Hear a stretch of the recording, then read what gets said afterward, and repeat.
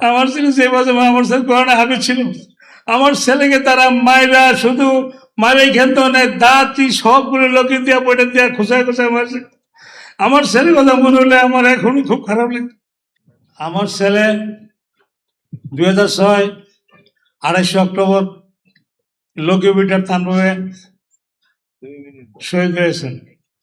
28 October বাংলার ইতিহাসে একটা কালো দিবস। 28 অক্টোবর খুনি শেখ হাসিনা খুনের সূচনা দিবস। বিশ্বের ইতিহাসে এমন বিরল মানুষকে সাপের মতো পিটাইয়া তার উপরে নৃত্য করে, এই দৃশ্য আমার জীবনে আমি দেখি নাই, হয়তো আপনার দেখছে কিনা আমি জানি না।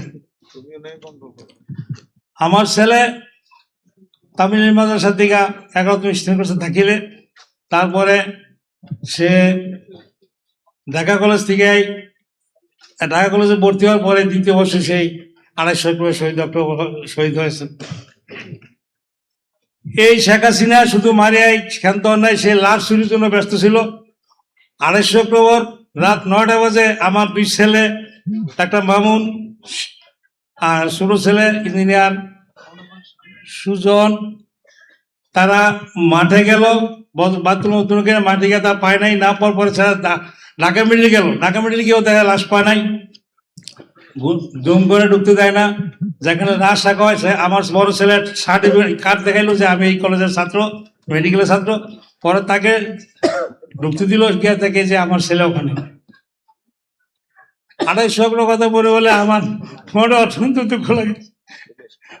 আমার ছেলে যে বছর আমার ছেলে কোরআনে হাফেজ ছিল, আমার ছেলেকে তারা মায়েরা শুধু মারাই খেলতে অনেক দাঁতি সবগুলো লোকে দিয়া পড়ে দিয়া খোঁচায় খোঁচায় মারছে। আমার ছেলের কথা মনে হলে আমার এখনই খুব খারাপ লাগে। এই সরকার বিএনপি যে সরকার, এই সরকার ওই দিন তাদের মিটিং ছিল, তারা ইচ্ছা করলে ওই যাইতে পারতো। 28 অক্টোবর মাঠে ছিল যুদ্ধ, তারা যায়। এই সরকার কি বলবো, তারা 17 বছর সংগ্রাম করলো, কিছুই করতে পারে নাই, অথচ এই আগস্ট জুলাই যুদ্ধেরা বেশ অল্প সময়ের মধ্যে দেশ সন্ত্রাস মুক্ত করলো। আমার আগে বক্তব্য বলেছে 71 সার্বভৌমত্ব, আর এই জুলাই হইল সন্ত্রাস মুক্ত তারা দেশ করলো। ন্যায় ইনসাফ ভিত্তিতে করার জন্য তারা যুদ্ধ করলো, জীবন দিল, অনেকে পঙ্গু হইল। তারপরে 28 অক্টোবর, তারপরে 5ই অক্টোবর, 5ই আগস্ট, 5ই আগস্ট দেশ স্বাধীন হইল, দ্বিতীয় স্বাধীন হইল, তারা ক্ষমতায় আসবে। অথচ এখন জুলাই যুদ্ধ তারা সংস্কার করতে রাজি না। দেশে একটা কথা বলে, যারু ছিল চিনি গেলে মোল্লা ছিল না। আমি মনে করি বর্তমানে এই সরকার বিরুদ্ধে লাগতে হইলে আমাদের সবাই একতা বলতে হইতে হবে। যদি একতা নাই তাহলে কিছু করা যাবে না। একটা কথা আছে না, সোজা আঙুলে ঘি উঠে না, ঘি উঠাইতে হলে আঙুল বেঁকা করতে হবে।